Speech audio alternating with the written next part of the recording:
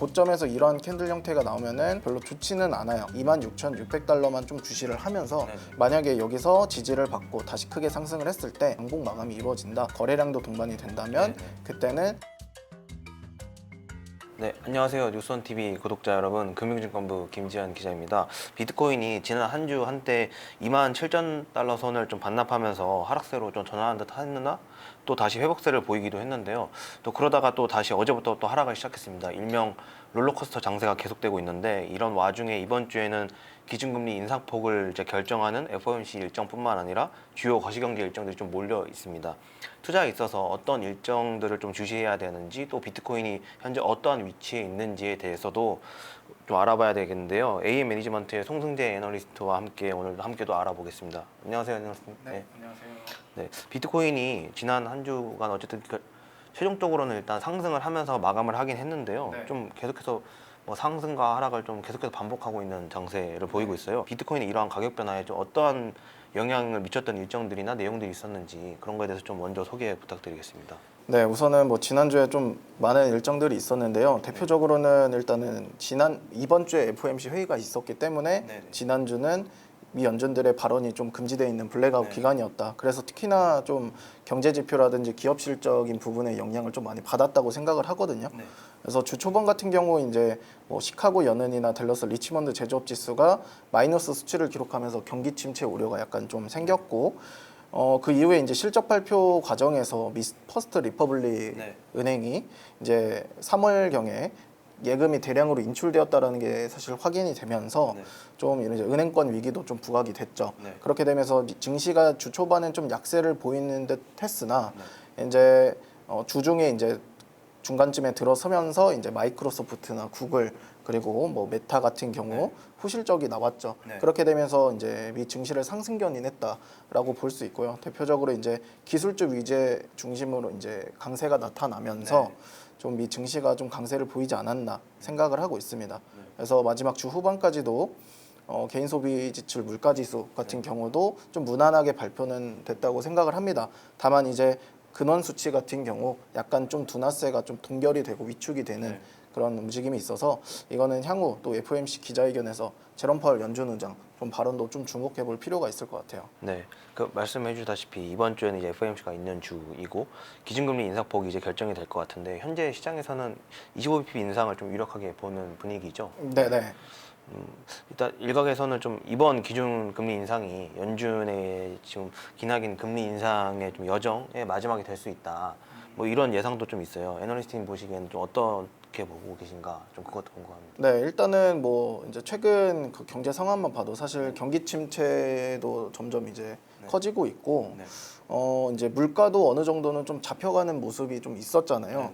그에 대해서 어떻게 보면은 사실 5월 FOMC부터 동결을 좀 전망하는 시장 참여자들이 많았는데, 사실 연준 위원들의 이런 추가 금리 인상을 선호하는 듯한 발언으로 사실 5월까지는 25bp 인상은 하고, 그래서 이제 다음 6월 그 이후에 FOMC 회의에서 이제 좀 동결을 좀 시사하는 그런 발언들이 나올지. 그래서 특히 이제 이번 주 FOMC가 중요한 게, 그래서 그것 때문에 25bp는 사실 어떻게 보면 기정사실화된 거고, 그러면은 이제 이후에 FOMC 회의에서 동결을 조금 전망하는 그럼 제롬 파월의 입장이 있을지, 만약에 있다면은 뭐 시장에는 어느 정도 좀 긍정적인 분위기가 나타날 수 있다, 그렇게 보고 있습니다. 그러면 사실 가상자산 시장에도 25bp가 인상되는 것보다는 일단은 향후 이제 거시경제 일정, 그리고 그 기준금리 인상을 연준이 어떻게 바라보느냐의 그 내용이 더 중요하겠네요. 네, 그렇죠. 사실 기자회견이 더 중요할 것 같고요. 이 외에도 사실 뭐 이번 주 뭐 제조업, 비제조업 PMI 같은 경우도 있고, 그다음에 뭐 미 고용 지표, 또 고용 시즌, 그 고용 지표 발표되는 시즌이기 때문에 뭐 이제 특히나 가장 중요한 거는 금요일 날 있는 4월 고용 보고서가 제일 중요할 거고, 그리고 이제 추가적으로 미 1분기 기업 실적 시즌이 아직 끝나지가 않았거든요. 그래서 이번 주는 이제 특히나 또 애플 기업이 예정되어 있기 때문에 글로벌 기업 1위 시가총액을 자랑하는 만큼 좀 영향력이 좀 높을 수 있습니다. 네, 그 PMI나 이런 노동 보고서 관련해서 말씀을 해주셨는데, 그거 포함해서 이번 주 주요 거시경제 일정들이 좀 있잖아요. 일정들을 조금 더 자세하게 설명 부탁드릴게요. 네, 우선은 금일, 이제 화요일 기준으로는요, 금일 늦은 밤에 미국 노동부 구인이직 보고서가 네. 발표가 될 거고요. 그다음에 이제 다음 날 이어서 미국 ADP 비농업 고용 변화 네. 되면서 미국 비제조 PMI 또 주목해 볼 필요가 있고요. 사실 이번 주 중 가장 중요하다고 볼 수 있는 거는 목요일과 금요일. 네. 앞서 말씀드린 네. 이제 목요일 새벽 시간부터 시작이 되는데 미국 FOMC 회의가 있고 그다음에 이제 기자회견까지 있고요. 네. 그다음에 이제 유럽 통화정책 이제 회의도 예정되어 있습니다. 그리고 미국 단위노동 비용 같은 경우도 이제 주목을 할 필요가 있고요. 아마 애플 실적 발표 같은 경우는 금요일 새벽 시간에 나스닥 본장이 마감이 되고 나서 아마 실적 발표가 있을 거라서 요거까지 주목하시면 좋을 것 같습니다. 그럼 이제 저희가 조금 더 세부적인 데이터를 좀 살펴보죠. 우선 이제 비트코인 차트를 보기 전에 최근까지도 좀 비트코인과 자주 커플링 현상을 보였던 나스닥 차트부터 좀 공유를 부탁드리겠습니다. 자, 먼저 나스닥하고 비트코인 흐름을 보면요. 사실 지난주에 비트코인 같은 경우 은행 위기가 부각되면서 그거에 대한 좀 수혜를 받았다고 생각을 해요. 왜냐면은 이제 뭐 도피처다 약간 이런 안전자산의 인식이 부각이 되면서 비트코인이 좀 큰 상승을 보인 건 맞고요. 다만 이후에 이제 JP 모건이 퍼스트 리퍼블릭 은행을 인수했다라는 소식이 주말 사이 이제 또 이루어지면서 그거에 대해서 이제 사실 주목 마감 이후에 또 비트코인이 좀 큰 하락을 보이기도 했습니다. 그래서 지금 현재는 나스닥이 조금 약한 상승세를 보이고 있는 반면에 비트코인은 좀 약세를 계속해서 이어가고 있기 때문에 가장 중요한 거는 뭐 오늘부터 이제 또 시작되는 고용 지표 이런 발표 결과에 따라서 어느 정도 좀 커플링 현상을 좀 꾸준히 유지하고 있는지 그럼 좀 확인을 하면서 대응해 나가면 좋을 것 같습니다. 가상자산 시가총액도 좀 자주 소개해 주셨잖아요. 시가총액 상황은 좀 어떤지도 좀 궁금합니다. 네, 시가총액 같은 경우는 사실 2주 전만 해도 2주 전 주목 마감 때는 주요 저항대를 돌파해서 좀 긍정적인 분위기를 나타내는 듯 했는데 사실 주요 저항 아래로 다시 이탈이 됐습니다. 그래서 지금 반대로 또 저항을 받고 있고요.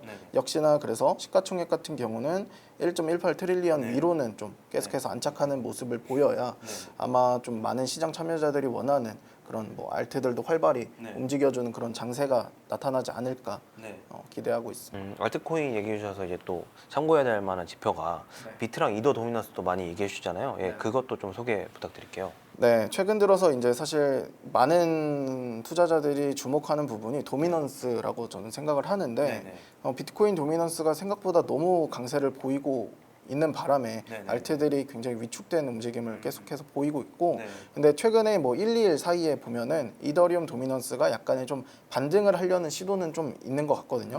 어제 이제 오늘 같은 경우만 봐도 비트코인 도미넌스가 하락하는 반면에 이더리움 도미넌스는 상승세를 좀 보이고 있어요. 디커플링 현상을 띠면서 금일 같은 경우 비트코인이 예를 들어서 뭐 한 3% 정도 하락을 했다라고 하면은 이더리움 같은 경우는 뭐 1.5% 정도밖에 하락폭이 나오지 않았다.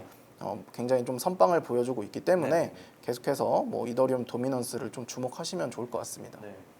이제 본격적으로 그럼 비트코인 차트에 대한 분석도 좀 부탁드리겠습니다. 네, 이번 주 월요일 주봉 마감이 되었는데요. 월봉 마감도 되었죠.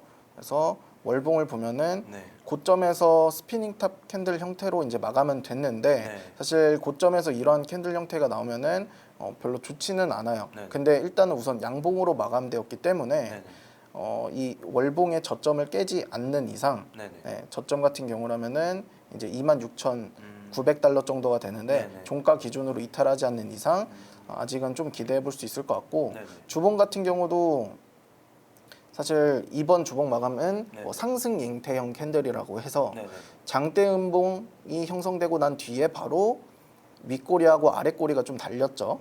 그 다음에 몸통이 어느 정도 채워진 양봉 마감이 됐어요. 이거는 추가적인 이제 상승을 이어갈 수 있는 캔들로 이제 좀 잠재적인 그런 캔들이라고 이제 보는 거고요. 다만 이제 주봉 마감이 되고 나서 약간 약세를 먼저 보이고 있는데 사실 이 주봉 90일선 27,500달러 정도가 되는데 여기 사실 이하로 복마감이 이탈되지만 않으면 여기서 또 지지를 하고 또 갈 수 있는 가능성은 있다라고는 보고 있습니다. 그래서 일단은 이번 주봉 마감도 나쁘지는 않게 마감은 되었다라고 참고하시면 될 것 같고요. 대신에 이제 일본 같은 경우 이제 금일 좀 하락이 나오면서 장대 음봉으로 다시 또 나오게 됐는데 사실 이제 무너지면 안 되는 거는 이때 고점을 형성했고 그 다음 지속적으로 이 라인에서 좀 지지를 받고 있잖아요. 네네. 이게 26,600달러 정도 부근이 됩니다. 네네. 26,600달러가 돼서 사실 여기 아래로 이탈이 되면은 이제는 일본 90일선까지 위협하게 되는 거거든요. 네네. 그래서 이하로 이탈이 됐을 때는 여러분들이 좀 주의를 해야 된다라고 저는 보고 있고요. 대신에 이 이상에서 정도에서는 지지를 해준다면은 다시 또 상승할 수 있는 가능성은 아직까지는 있어요. 네, 그렇기 때문에 26,600달러만 좀 주시를 하면서 여러분들이 조금 안정적이게 트레이딩을 하시면 좋을 것 같습니다. 그 혹시 저항선은 그러면 다시 3만 달러 선에서 계속 막히는 좀 모양새가 있었는데 저항 때는 좀 어느 부분이 좀 가장 강한 저항대로 보이시죠? 네, 지금 단기적으로 좀 약세가 기울었으니까 지금은 이제 분위기가 다시 좀 전환될 수 있겠다라고 싶은 그 기준선은 제가 봤을 때는 이제 3만 300달러 정도라고 보는데 3만 300달러를 사실 이전에 고점을 형성했을 때 일봉 마감이 확실하게 이상해서 막 돌파해 주진 못했어요. 계속해서 좀 근접해서 비비면서 결국엔 이탈이 됐기 때문에 만약에 여기서 지지를 받고 다시 크게 상승을 했을 때 이 3만 300달러 저항을 크게 돌파해서 양봉 마감이 이루어진다. 거래량도 동반이 된다면 그때는 다음 32,400달러 정도까지 또 추가 상승을 할 수 있는 가능성을 또 열어둘 수 있게 됩니다. 중장기적으로는 가장 좀 중요한 부분이 26,000 뭐 중반과 그다음에 3만 달러 어느 시장을 먼저 이제 돌파하느냐, 또 반납하느냐의 그 모양 싸움이겠네요. 네네. 네, 이렇게 해서 이번 주 주요 거시경제 일정과 가상자산 관련 데이터, 그다음에 비트코인이 어느 지금 지점 위치에 있는지에 대해서 좀 알아봤습니다. 다음엔 더 좋은 콘텐츠로 찾아뵐 수 있도록 노력하겠습니다. 감사합니다.